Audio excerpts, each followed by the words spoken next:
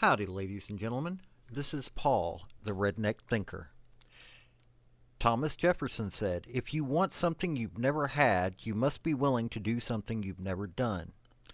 Benjamin Franklin said, "Without continual growth and progress, such words as improvement, achievement, and success have no meaning."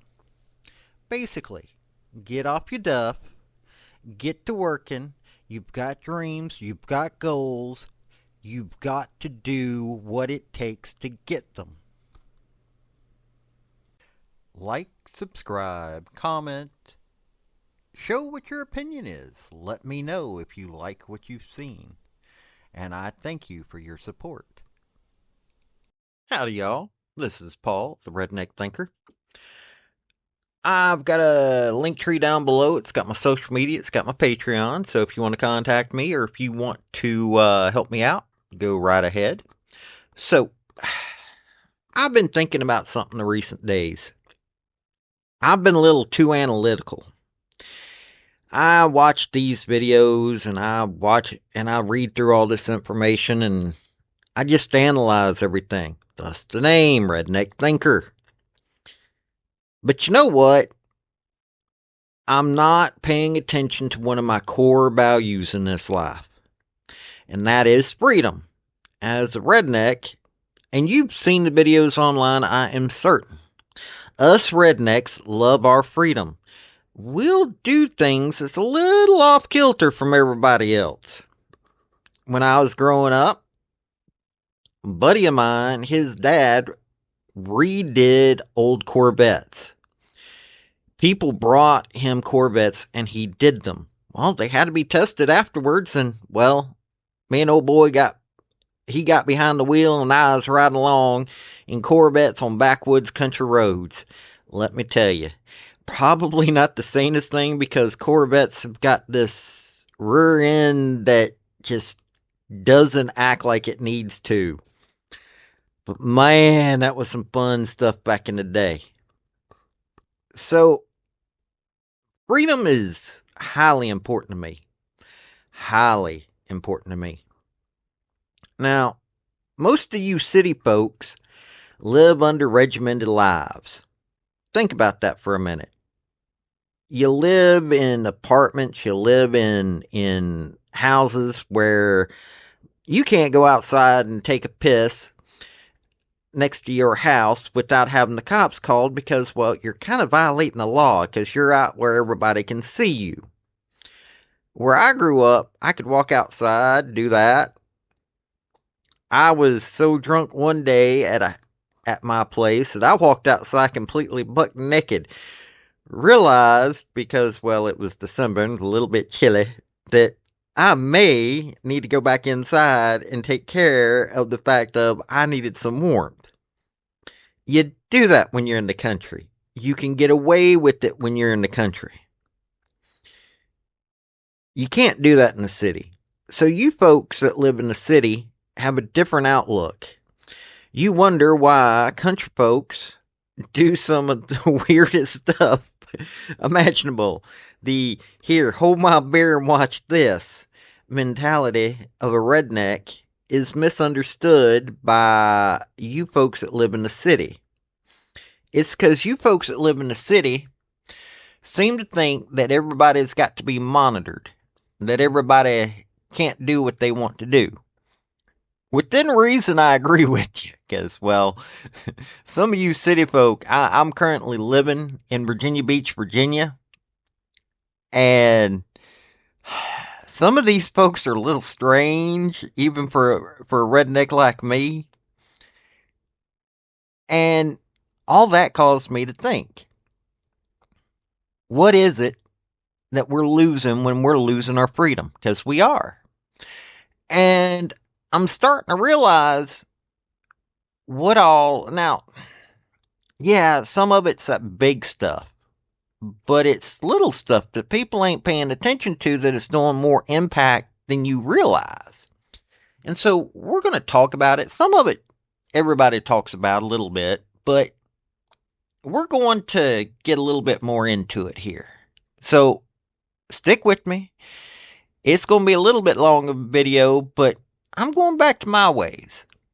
Now, one of the ways that things are being taken incrementally that few people pay attention to, I'm going to try to do more of these kind of videos, but I'm still going to do the videos that I had started putting on here.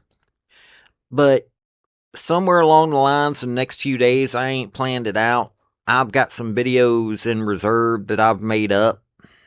But the U.S. Geological Survey, which is part of the Department of Interior, has had 3 times that they know about that them folks got together and falsified data. That falsified data wasted millions of tax dollars. And the fake results that came from the fake data caused the government to make decisions based off of the fake results from the fake data. And some of them, their results were parts of projects that were hundreds of millions of dollars. Now, this wasn't for freedom. This wasn't for anything but a political agenda. And folks are going, well, you're a Republican. No, actually, I'm not a Republican anymore. I like Republicans far better than I like Democrats. I ain't a fan of Democrats. One of the last Democrats that I'd actually support left the Democrat Party a while ago. That was Tulsi Gabbard. And what the Democrats want is not what I want. Because I'm sorry, you can't tell me that they support freedom. These people have this agenda. And this agenda is made better when they control the results. That means that they have to lie. They have to cheat. Now, get me wrong. I know for a fact that there are Republicans that do the exact same thing. So don't think that I don't realize that there are Republicans that do the exact same thing.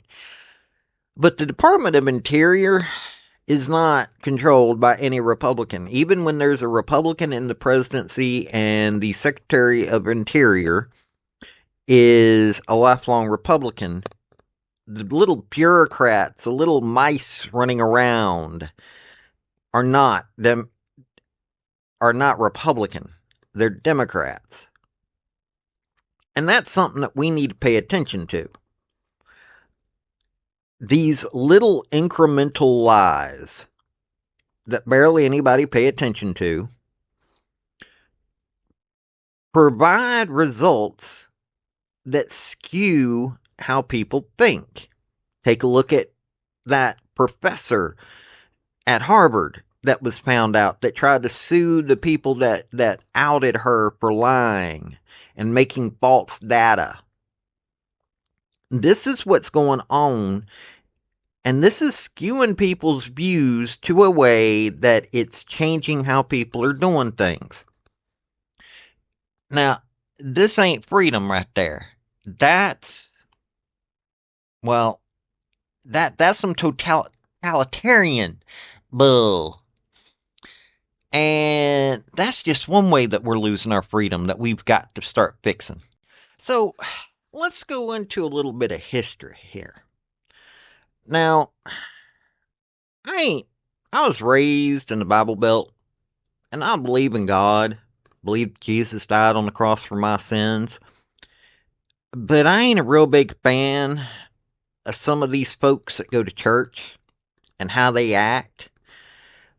But at the same time, I'm not a real big fan of how folks treat Christians nowadays. Now, I'm well aware that there are some Christians that, well, they don't follow Jesus' teachings all that well. And there are churches that are the same way. But there are folks that truly believe a certain way. And some of those folks founded this country. No matter what the lies are that they teach you in history class, James Madison actually had to get talked out of supporting putting tax money towards Christian education. Benjamin Franklin so believed in God and the power of communing with God that he started during the Constitutional Convention a daily prayer. Well, that carried over into the beginning of congressional days. So every day when Congress meets, they have a prayer said. Now, it's no longer just Christian prayer, but they have a prayer said over them. And then there's also the National Prayer Breakfast. And Samuel Adams believed that education was very important. He also believed that women should be educated, but he also believed that some of that should be with the Christian morals put in there. I'm not saying that I believe that all schools should be Christian.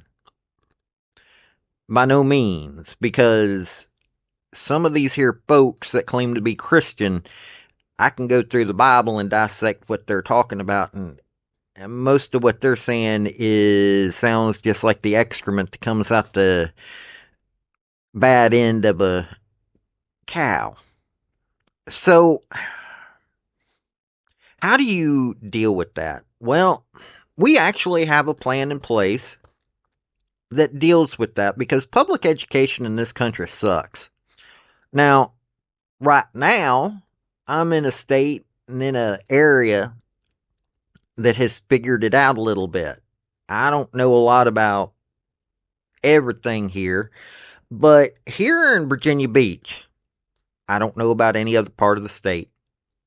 I really don't. I've heard some bad things, I've heard some good things, but here in Virginia Beach, they've got something called the academy system. Say that your kid happens to really love engineering, math, engineering, the whole nine yards, the science behind whichever form of engineering that they want to go into. Well, they have an academy for that. What that is, there are so many high schools in Virginia Beach that each high school has an academy, and each academy is specialized. One's for like science and engineering, STEM. Another one's for different kinds of journalism and that kind of stuff. And it goes on. The list goes on. I ain't going to list every one of them because there are too many high schools and too many of them academies. Well, for areas that don't have that, they have charter schools. And the unions. Oh, the unions have everybody brainwashed. Well, we need to fix public education. We need to put more money into public education. No, it's not that you need to put more money. You need to use that money more efficiently. Because Betsy DeVos, who the Democrats hate, actually, the reason they hate her isn't for the stated reasons that they claim to have hated her. Here's a woman that her and her husband started a charter school in Grand Rapids, Michigan. And I've talked about this. This here charter school is based around flying. Students get grounded lessons in aeronautical engineering. Some of the students actually come out of this charter school that is a publicly paid for school with pilot's licenses. Think about that for a minute. These kids are learning how to fly in school if they want to. It's got regular classes and everything, but it's also got engineering classes for aeronautical engineering. Well, I was talking about Christianity before. One of the biggest complaints that I hear from folks is, well, some of these schools are Christian. That's just it. You hate these Christian folks.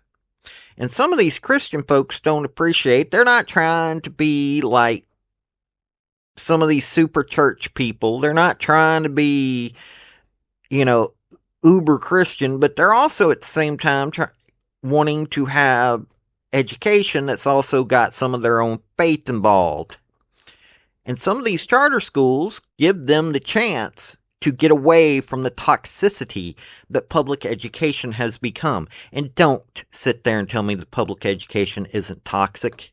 You've got books that can't be read in a school board meeting because it's so graphic that are sitting in the libraries for elementary school kids. Now, I'm not a fan of banning books necessarily. I believe that 1984 needs to be read in school. I believe that there are several books, but I don't think that Lolita should be in schools. It can be in a public library, fine, but not in a school library. I don't believe that you should put graphic books, not graphic novels, but books that are of a graphic nature, of a graphic sexual nature. This should not be in with our kids' schools. And I can guarantee you that a Christian charter school is not going to have that. And there aren't that many. There really are not that many Christian charter schools. There are far more schools like what Betsy DeVos and her husband started than there are Christian charter schools. Christian charter schools are a good thing though. They give kids a chance to get out of that toxicity. Keep that in mind when you start talking about, oh, well, then separation of church and state. That doesn't mean what you think it means. It really doesn't mean what you think it means. And these kids need to have a better education. And charter schools have proven that for the same amount of money, these kids are getting a far, far better education than anything that the regular public school kids are getting. So let's get into the last area. I'm flapping my jaws quite a bit on this one. I went walking on Saturday afternoon. As of recording of this is less than 12 hours ago. I went walking, and there were two ladies that were putting up political signs. Well, I'd been sitting all day in the library, and when I went on this walk, because, well, I was trying to find new books to review. By the way, I have a playlist on here of book reviews. If you're looking for an interesting book to read, these ain't fiction books. These are actual books that you can learn from. But as I'm walking down through there, I got to meet these two women putting up these political signs. These young women's names are Shannon Kendrick and Kathleen Brown. They're both here in Virginia Beach, Virginia, and they're on the school board. And I got to talking to Miss Kendrick there, and I have to say she is a intelligent young woman. I say young woman. I'm almost 50, so both of them really pleasant. Miss Brown was sitting there working on something. She would sit and talk for a minute as well. But I found out a little bit more about Miss Kendrick. She former staff member to U.S. Representative Scott Ridgel. Ridgel's no longer in the House. He made a promise that he'd only stay around for a little bit. I actually like Scott. Scott, okay, this is going to sound bad. Scott weren't the brightest bulb in the pack in some sense. He was a successful businessman, so yes, he had some things going on upstairs. It was just he didn't pay attention to everything, but that wasn't a bad thing because it gets to my next point about politicians. And this is something that she had already known about. And this was something I was taught at a younger age. Scott Ridgel was not a person that knew everything. He wouldn't give you fake answers. Like so many of these politicians today, when you were talking to him and he didn't know a subject, he'd tell you. He'd direct you to somebody that would know more about that subject. That's called honesty. It isn't being a hard truth or anything like that. It's an honesty that is born from somebody who doesn't like living lies in their life like so many politicians do. And whenever I'm talking with politicians, I tell them the first thing that would cause me or any other person, and think about this now. Yeah, I was raised up in backwoods Tennessee, but you know what the most important tool for a politician is? It's a notebook and a pencil. Not a computer, not some fancy little pad like an iPad or a tablet or whatever. No, it is a notebook and a pencil. And when a politician is sitting down, somebody who wants to represent you to get your vote, they should know what you need. Not what they need, but what you need. And what you need is for them to listen to you. And if they don't know something, they write it down in this book. They go, okay, I don't know this, so let me write it down in this book. And they go back and they review it. They use this to shape what they do while they represent you in whatever office it is that they are to represent you. And I was talking to Miss Kendrick, already knew about this. Miss Brown, I think, knew about this. Both of these were intelligent young ladies who I came away, I'm not saying necessarily I was impressed with them, because impressed means a whole lot more. And I have been around politicians. I have been around people in places of authority. So I don't get impressed that easily, but I liked these two young women. And if you are in Virginia Beach and you are in, it looks like District 10 and District 4, vote for these young women. These two young women, now, I don't know how old you are when you're listening to me, but these two young women, I believe, deserve your vote because they understand that they need to listen to their constituency. And we need more politicians that are willing to listen to their constituency. We no longer need Nancy Pelosi's. We no longer need all of these folks that hold too much power. We need representatives again. You should never call a member of Congress a leader. They are not meant to be leaders. They are meant to be representatives. Senators, in the way that the United States was originally set up, were supposed to represent the states that they were from, the state government. They were the voice of their state government in Congress. Idiotic populism, and that's what it is. Populism, in my opinion, even when it goes towards something that I agree with, I consider populism idiotic. Populism is bad because it subverts people, because most of the time populism is more of a cult of personality than it is an actual real movement.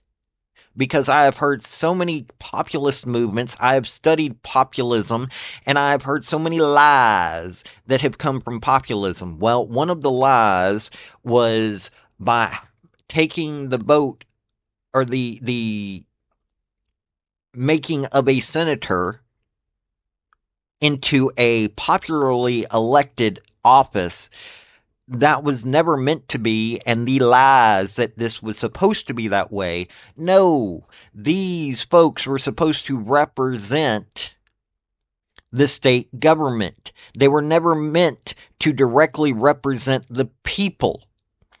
They were supposed to be the voice of the state governments, and they were supposed to be the voice of the people. U.S. representatives being the voice of the people.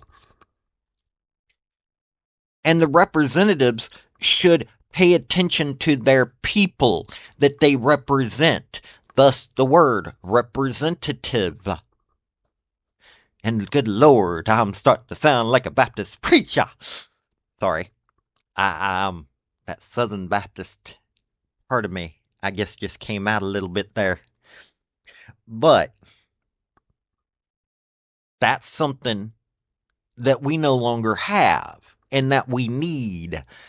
And I will keep pushing for it. We no longer need Pelosi's. We no longer need McConnell's. We no longer need so many of these folks. To be perfectly honest with you, there are times I'm not real sure that we need Ted Cruz's because, well, I ain't a fan of Ted Cruz after several of the things that he did.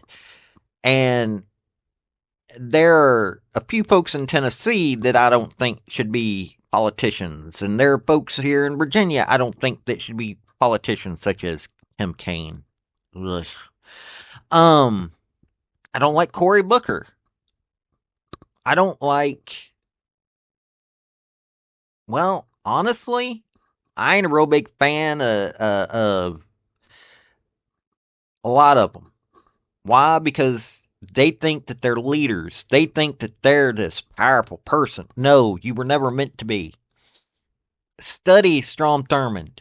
Go find folks that are my age and older in South Carolina, no matter what their skin color is. You don't have to just go to somebody who's white. Go to anybody who is my age or older. And like I said, I'm almost 50. And I'm past 49. Let's just put it that way. Go to the folks in South Carolina and talk to them about Strom Thurmond. No joke. This man has been painted as the worst kind of person in this country. But go talk to the people of South Carolina of every skin color. Seriously, go do it. You'll find out some history that will boggle your mind. And it will change your opinion on Strom far more than you will realize. I don't care what your political preferences are, because you will find out what a real politician is supposed to be. So, this has been what I thought I needed to say. I have a lot more to say. I'm a dumb redneck from backwoods Tennessee. Of course, I got a bunch of things to say.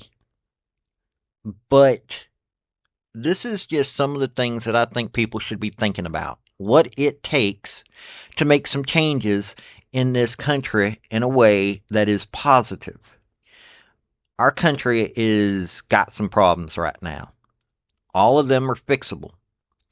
Now, would I prefer for public schools to be more like the charter schools that are out there? Yes. Would I like to see our politicians actually paying attention to us? Yes. I don't think, in all honesty, I think you should see the politicians that you've got before you, and whichever one is most likely to help you keep your freedom and even perhaps gain some freedom that has been taken away, that is a person that you vote for. Even if they're a member of the Democrat Party, because we've got a bunch of Republicans that are idiots that are running for offices. We got a bunch of Democrats that are idiots that are running for offices. Now, not everybody is that way, and usually the lower level offices, the folks are more in tune with the people in the area.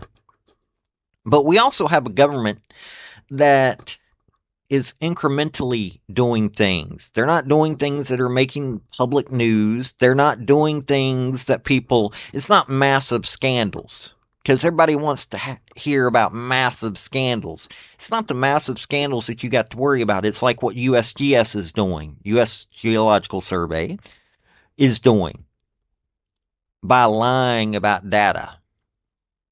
And that's why we need politicians put into office that are actually going to make a real change towards our freedom. But hey, I just am bringing this up because I want you folks to have an idea of what I'm thinking about. And hopefully this is going to help you think about what you need in this country. And I don't care if you're a Democrat. If I don't support the Democrat Party, but I support some people.